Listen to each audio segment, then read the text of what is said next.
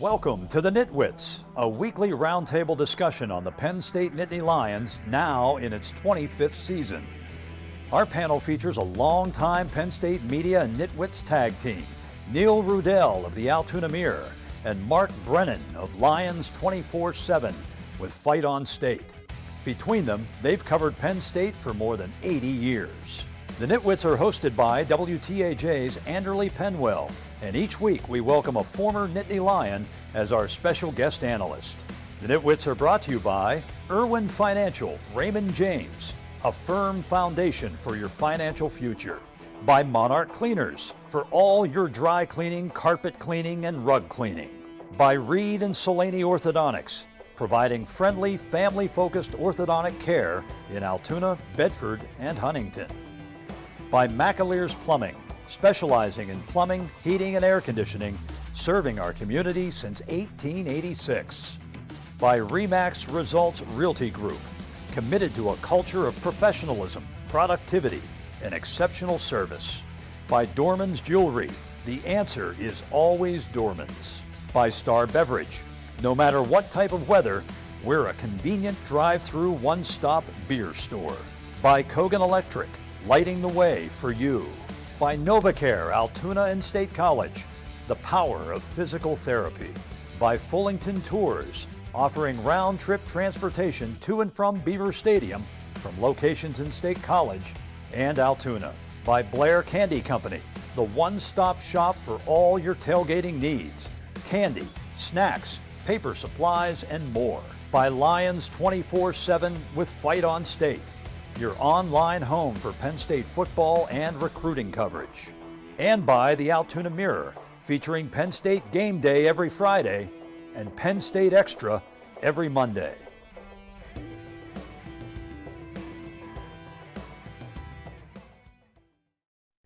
Welcome to Nittany Nation Overtime. Hello, and welcome to another edition of Nittany Nation Overtime. I'm Anderly Penwell, joined as always with Mark Brennan and Neil Riddell. This week's special guest, Steve Smear. Thanks so much for coming on. Glad to be here. Steve's been a great friend of the program, drives here from Annapolis to do the show, and I mean, one of the all-time greats of Penn State defensive tackle, and thanks for coming. Not a problem. Got to take care of my man from Johnstown. That's right.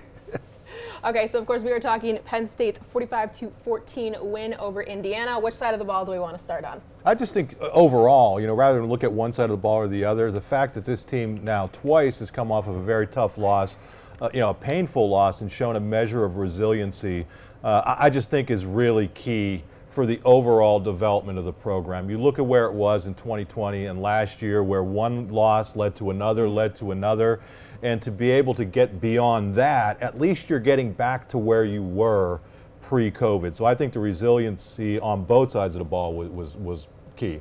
Yeah, I was very impressed with their defense. 16 tackles for loss. That's a school single game record. I had no indication that Indiana was going to score had they played another 8 quarters. And a lot of different contributors. So to be able to make that kind of a statement going into November, I don't want to get too carried away because I really think Indiana has bottomed out right now. I think a dozen transfers they have. I mean, for God's sake, their starting quarterback is in the transfer portal. But hey, a good step for them. I think as far as their offense is concerned, we've been playing so many guys that they've gotten the experience over the course of the year, both on offense and defense, and I think that's really paid dividends for us this year. The guys, working their way through the system, playing the actual game has really been I think a godsend for the team. Neil, you mentioned the defensive effort. Of course, the 16 tackles for loss, there were 6 sacks and 3 interceptions. Which one of those stats to you stands out the most? Well, I think that the edge rushers, because we really didn't see some dominate. And I know you made a prediction, I noticed, for a couple sacks for Chop and Isaac, and there was a good Isaac sighting in this game when Indiana had a little bit of momentum following the interception. So that was a good defensive stand at that point, and then they just really sort of took over. But I think the edge rushers and the pressure that they got. Yeah, and I'd love to get Steve's input on this because they have a turnover from Sean Clifford, and everybody, every fan is thinking, oh my goodness, now what's going on? Twitter was quite entertaining afterwards. What did you think about the way the defense stepped up after he has the turnover? Because to me, that was like, wow, okay, this is what we've been waiting to see from this pass rush all year. Well, I thought they played a tremendous ball game. I mean, they just did such a good job. I mean, most of the tackles were 2 and 3 guys involved in the backfield. 16 TFLs is just incredible. And then again, as Neil said, the 6 sacks and the 3 interceptions. I mean, that's a legacy game, really, that you played. These guys will be able to talk about that forever. That I played in that game because that's historic. I mean, that's epic that happened. Seeing that and having played, I played in a game where we had 7 interceptions in a bowl game. Yeah. So, I mean, you don't even have to play in the game and you can say, I was there, and what a great contribution I made. It was a great game, really a great defensive game. Coming off of the loss, like Mark said, what does it mean, especially for the defense who was so great for most of Ohio State until the very end, to come off that loss and to have such a dominant performance? What does it mean for the next couple games for the defense? Well, I think it gives them confidence that they can go on and play well. I can tell you, I'm glad that I had this game and not the Ohio State game, because if I had to explain what happened in that, I'd have to come here half medicated on a cheap bottle of white wine, to explain what happened there in 9 minutes. But no, this was a tremendous game. I mean, when you saw them, what they did, I mean, there were 2 and 3 guys making tackles in the backfield. I mean, I've never seen a situation where there was so many guys that just beat the guy in front of them. I thought it was a masterful performance, coaching-wise and playing-wise. It was just a great game. And again, so many people have had, playing. We played so many kids that they all have some experience and they all feel comfortable playing the scheme. I think they're still making some mistakes, but basically they're really using the system well and playing very well and proficient with it. The best example we had of the luck of the nitwit would have been last year. We asked Massimo, hey, which game do you want? He said, how about Illinois homecoming? I'll be in town. And those 9 overtime loss, we had the kicker here, but he handled it. I looked at next year's schedule. I went Massachusetts on October 14th. There you go. Okay? Already scheduling out for next year. And on the other side of the ball, Katron Allen, another dominant performance for him. What part about the freshman backs has made them so special this year? What a combination of patience, elusiveness, and power with this kid. And he also catches 2 passes for 72 yards. His skill and savvy around the goal line, now we've seen it a couple times when he may have been trapped for a loss and he scores a touchdown. Yeah, Singleton as well. I thought he was this close to popping a couple real big ones. So they have such a nice 1-2 punch. I think those guys complement each other. But, man, we cannot go this segment without talking about that offensive line, because you're out Olu Fashanu, you're out Landon Tangwell. I mean, you're out Caden Wallace. You're down 3 starters. And this is Big Ten time. This is I don't care who you're playing in the Big Ten. I mean, to have young players come in and do the job they did. Then Norzad got bumped up. I mean, we were talking before the show. Drew Shelton, the job he did. J.B. Nelson, the job he did. They had a couple of walk-on freshmen who came in late in the game, Ian Harvey and Jim Fitzgerald. These guys were like, they couldn't believe they were on the field, but it was great to see the offensive line play so well. Yeah, and obviously we'll get to the quarterback, but the offensive line's been a scrutinized position for several years. Understatement. I think you got to give Phil Troutwine some credit and how these guys are now developing. Great defense performance, great offense, or great O-line performance. But when we take a quick break, when we come back, we got to talk about the quarterbacks, just like Neil said. Don't go anywhere. The Nitwits are being brought to you by Irwin Financial Raymond James, a firm foundation for your financial future. By Monarch Cleaners, for all your dry cleaning, carpet cleaning, and rug cleaning. By Reed and Solani Orthodontics, providing friendly, family-focused orthodontic care in Altoona, Bedford, and Huntingdon. And by McAlear's Plumbing, specializing in plumbing, heating, and air conditioning, serving our community since 1886. You're watching Nittany Nation Overtime. Penn State, of course, beating Indiana 45-14 in Bloomington. Sean Clifford, 15 of 23 for 229 yards and 1 interception. He's now 16 yards behind Trace McSorley's all-time passing record. So unless the sky falls apart, he likely will break that next week. But with his performance at Indiana, tipped passes that turn into interceptions are his nightmare, it seems like at this point. Aside from that, were there any issues with his game? Go ahead, Steve. He missed a few people, which is going to happen. His deep throw, he doesn't have that, real good touch on that. Of course, Johnson dropped the pass. It would have been a touchdown. He would have had one touchdown. But, I'll go along with the coaches. The kid's been around a long time, and I think he does help, with positioning of the defense to his offensive linemen and stuff. So I think they're able to pick up blitzes and different things, and so I think he gets them in the right position. And so they're out there every day. We're not. So I kind of go with whatever Franklin and his assistants, if they think that he should be the starter for now. Hey. Of course, we're all anxious to see more of Aller, but the one thing I'd like to say is, they still could finish 10-2 and get a prime opponent in a bowl game that will really help define this season and give an opportunity to take some serious momentum into next year. So I think they're trying to balance both those things. What do you grade Clifford's performance yesterday overall? I think a B plus. I do think you have to take into account, Steve, when you talked about the long pass, the windy conditions, yeah, right. the one to Lambert Smith, that was, I think that may have had an impact on. But I think, again, the fact that he bounced back. Listen, I was on record as saying they should have gone to Aller for the Minnesota game to give you the best chance to beat Ohio State. They decided not to do that. As Steve said, they're at practice every day. I'm not. Once you make that decision, I think you're riding Clifford the rest of the way for the exact reason Neil said. You still have a chance to get into a New Year's Six bowl game. You should beat these teams with Clifford as your starting quarterback. And he came out, played well after the game, once again, said all the right things. And I think Steve hit on something else.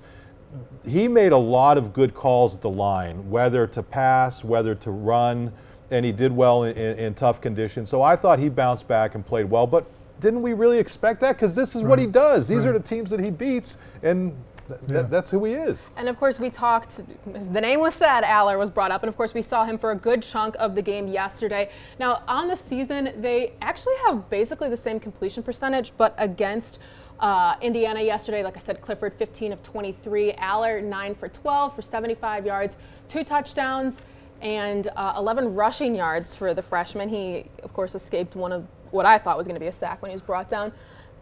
He's brought up highly. I thought they should have gone to him, if not to start the second half, then at least for the second earlier? For the second series of the second half. You really did not get him in until you had a 4-touchdown lead. So we're not going to know how this is all going to shake out, if it's going to continue to be rotated or used this way until next year. When you're going to Illinois next year, and Aller has had maybe, he hasn't had that much quality, mop-up situations or up 4 scores, or when Clifford was hurt, but not with a 2-score lead, or even after Pittiger hit the 50-yarder. I thought that was a good time to do this. Are you suggesting Clifford's coming back next year? There's going to be a competition going into Illinois? If anyone will make that work, it will be Sean Clifford. If he'll be here for a million years. And so do you think that, because I think the only way that Allard's going to get in for the rest of the season, and I think the approach will be start Clifford, hopefully get up by a lot, and then put Aller in. And given the rest of the schedule, I think that is feasible. Is that something you guys see happening as well? Neil, is that what I picked up from you? Well, I just thought yesterday, Indiana could have played all night. It wouldn't have mattered. They were going to win this game, and they were comfortably ahead. So put them in when you're up 24-7. You don't have to necessarily wait till it's 31-7 to give them a little more quality reps, I thought. Because James pointed out, the second time around, he was going against the 2s. Right. So when we put up the numbers there, which are fine for comparison's sakes, you really can't compare those, because he was going up against the Indiana players who were 2nd and 3rd and 4th teamers. which is fine. I rarely agree with Neil, but in this case, I would like to see him play against the goods from one of the other teams. Is this like the one of third the time better you've agreed teams. this year? Yeah, he says that. Yeah. And with the performance when you come in as a freshman like that, we saw him at Purdue when we really didn't expect him, and then now we've come to expect him. What are those traits that we now come to expect of Drew Aller? What do you in those see moments? from his arm strength? Well, I think he's got great arm. There's no question about that. I think the Allerites, okay, the people that support Aller, want him to play, plain and simple, and they want, Clifford to be gone. I don't think they're going to be satisfied until he's starting. And again, I think the kid is going to be a really good quarterback. He's got all the potential in the world, and he's got the ability. And I think what they're doing now is a wise move.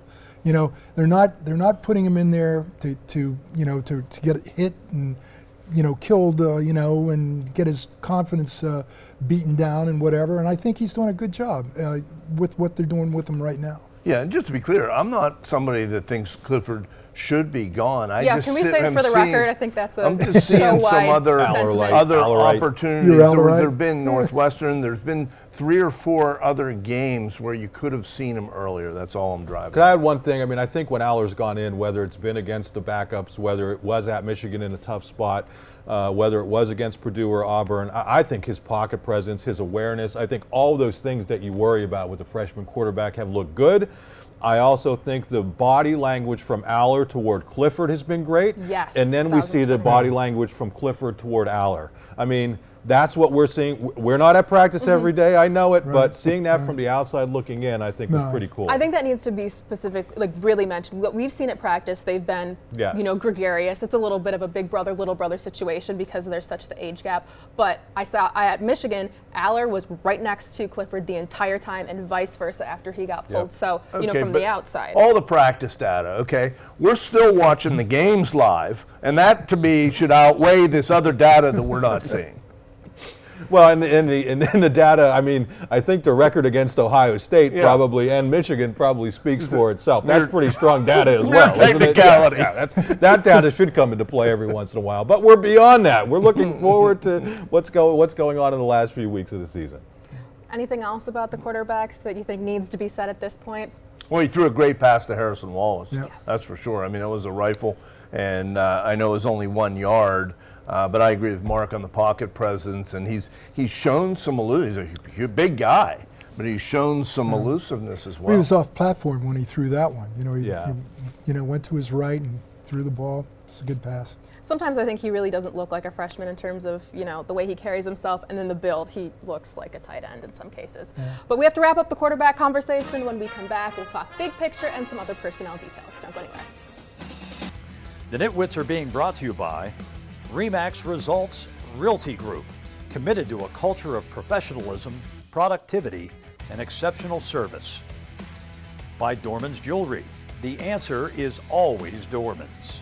By Star Beverage, no matter what type of weather, we're a convenient drive-through one-stop beer store. And by Kogan Electric, lighting the way for you. You're watching Nittany Nation Overtime. Let's take a look around the Big Ten. Ohio State and Northwestern keeping it pretty close, 21-7. Buckeyes. Minnesota beats Nebraska. Iowa rolls over Purdue. Wisconsin and Maryland, that was an interesting one. Badgers win 23-10.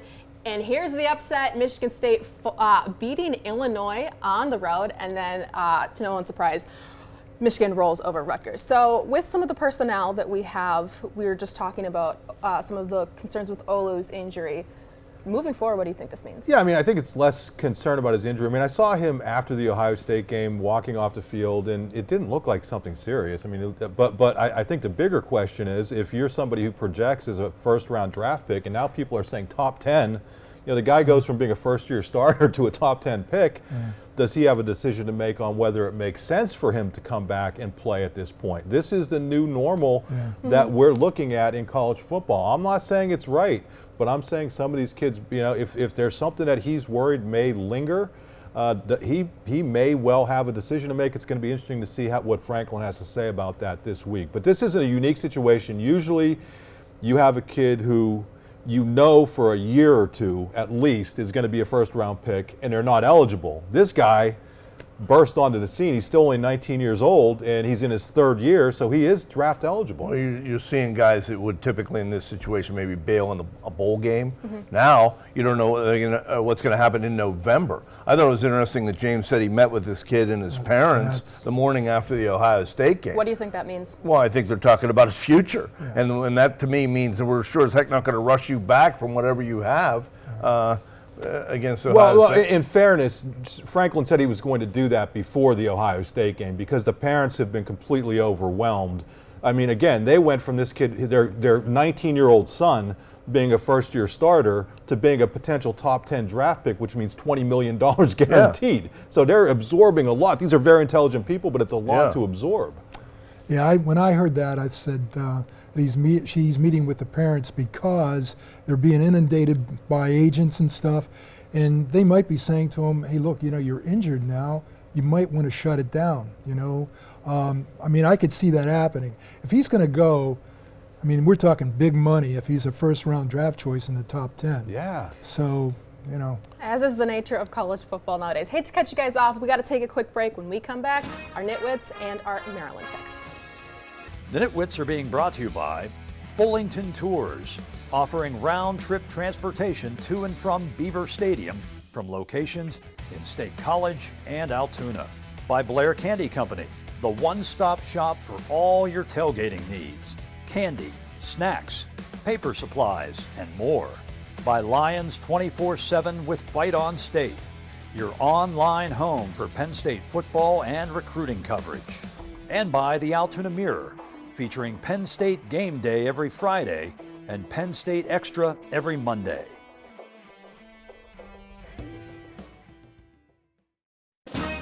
You're watching Nittany Nation Overtime.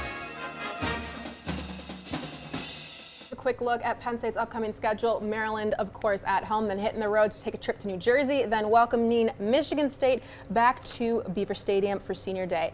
And now let's take a look at our Nitwit of the Week standings. Congratulations, Mark. Oh, I didn't realize.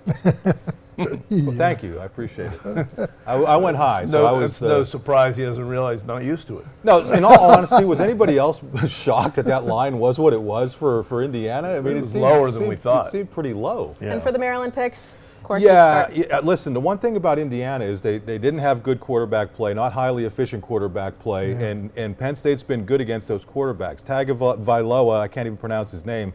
He's generally been good this year. And so I think Penn State should be a little bit worried, but I like the way the defense flashed, so I'm going Penn State relatively big, 35-20. Okay, I have a similar-ish, part of my score is similar. I'm going to go 34-24. Don't know why. Gut feeling is just going to say Maryland's going to, I don't know, garbage points maybe, garbage time. I can't. Just going with my gut is on this one. All right, it's always a little bigger game for Maryland. Rivalry among the players. I remember a few years ago, Maryland wouldn't shake hands. They tried to dance on the logo and fight before the game started. And these coaches go back. They have some history. I think if Penn State can punch in a late one, 41-20. Another big one. What about you, Steve? I'm going to say 38-27. That's not a lot of analysis. We need a little bit of analysis. I just think it's going to be a high-scoring game. I think they're going to score some points. I think both teams are going to score. All right, sounds good. Well, thank you so much for watching. Good being here. Glad yeah, and Neil, I'll always shake hands with you. Yeah. Last time gave you great answers. Let go of my hand. He's Good job. Way to be nice, everyone. Well, thank you so much for watching. We will see you back here next week. And don't forget, you can also find Nittany Nation Overtime on podcast, on Apple, and on Spotify. Have a good night, everyone.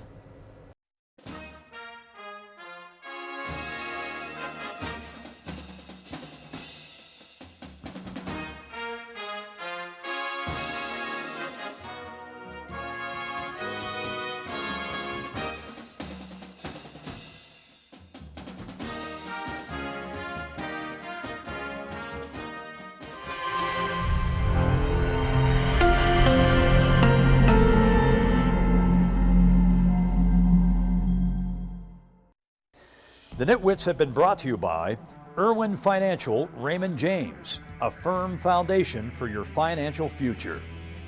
By Monarch Cleaners, for all your dry cleaning, carpet cleaning, and rug cleaning. By Reed and Solani Orthodontics, providing friendly, family-focused orthodontic care in Altoona, Bedford, and Huntingdon. By McAleer's Plumbing, specializing in plumbing, heating, and air conditioning, serving our community since 1886. By RE/MAX Results Realty Group, committed to a culture of professionalism, productivity, and exceptional service. By Dorman's Jewelry, the answer is always Dorman's. By Star Beverage, no matter what type of weather, we're a convenient drive-through one-stop beer store. By Kogan Electric, lighting the way for you. By NovaCare, Altoona and State College, we proudly support Penn State football. By Fullington Tours, offering round-trip transportation to and from Beaver Stadium from locations in State College and Altoona. By Blair Candy Company, the one-stop shop for all your tailgating needs. Candy, snacks, paper supplies, and more. By Lions 24/7 with Fight on State, your online home for Penn State football and recruiting coverage. And by the Altoona Mirror, featuring Penn State Game Day every Friday and Penn State Extra every Monday. Thanks for watching, and we'll see you next week.